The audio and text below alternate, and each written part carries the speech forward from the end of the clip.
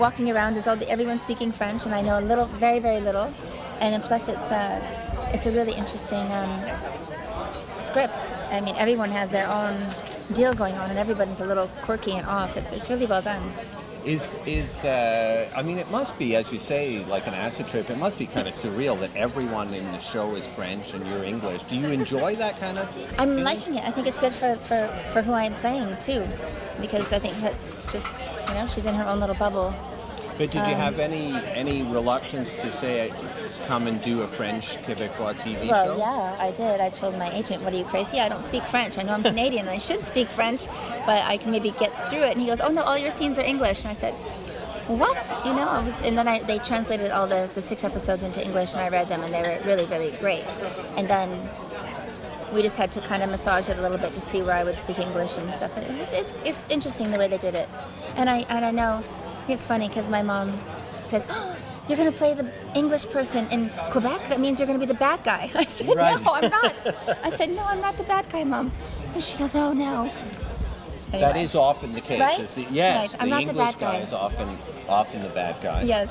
But are you looking to use this to try to do more TV now and get into more film? Where do you see I've been offered a lot of TV and a lot of film over the years, and I was raising 2 boys, so no one could ever really get my focus. So now that they're grown and they're actually in the industry, they want me to work. So I thought, I've done a couple of short films lately in the last year, and this came up, and I thought, well, I'm just going to keep working and see if I still want to do this. I'm not sure.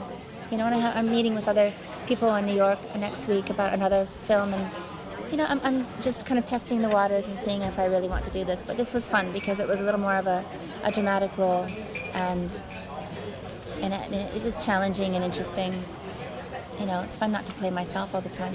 What would you say is your relationship to Baywatch? I mean, how do you feel about that? When someone has something that famous, sometimes they get tired of it, sometimes they don't. What are your thoughts?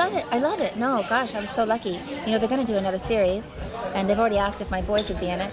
Are they going to do it? I don't know. I don't know. It's a little ways away. They'll make that decision down the road. Especially, Brandon's the actor, Dylan is a musician, but the movie, they finally talked me into coming to do that. So I made a cameo. Yeah, I did a little cameo in it. They wanted me to do it as a favor, and I said, I do a lot of favors for animals, not for Paramount. Good. And that's something that's very close to you still. You were at the Montreal SPCA. Why is animal rights such a cause that you embrace so deeply? I think we all need a cause, and that would probably help matters. And but I do a lot of, my foundation does a lot of work with women and children and any kind of vulnerable being.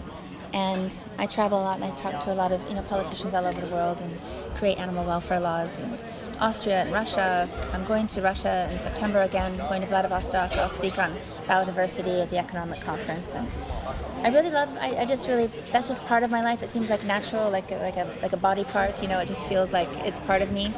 But I really think working is really great too, and I'm getting excited about it again. I don't think I've ever really been excited about working in this industry, but now I feel like I'm getting interested.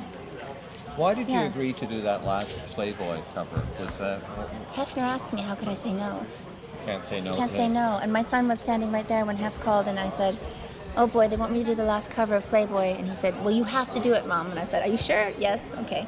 Who is that? Which Brandon, son? Brandon, my oldest. Right? Yeah. Well, if he tells you to do it, then... I did it, yeah. I mean, gosh, they've been through so much. That's 15 covers, So Playboy was such a great experience for me. It really was my life, my lifestyle. And it's bittersweet because it was innocent. It wasn't sleazy like there's so much of that now, I think. It just feels like it's the end of an era. And so I was so honored to be on the last cover. And Hef used to always say, I made this magazine for a girl like you. And I really take that as a compliment. And it's amazing how that world has changed for the worse, no? Yeah, he had to stop doing it. How can he compete with all this madness? It's not. I worry about my kids. I worry about how much access there is to things like that. It just seemed so innocent when I was in Playboy. And I said that Playboy was my university. I was like going to school. I met incredible actors, musicians, artists, philanthropists, politicians. Everybody was there. And it was an intellectual group. It wasn't sleazy. So, you know, of course there was the nudity and the sex and the wildness, but you know, that all mixed together is heaven.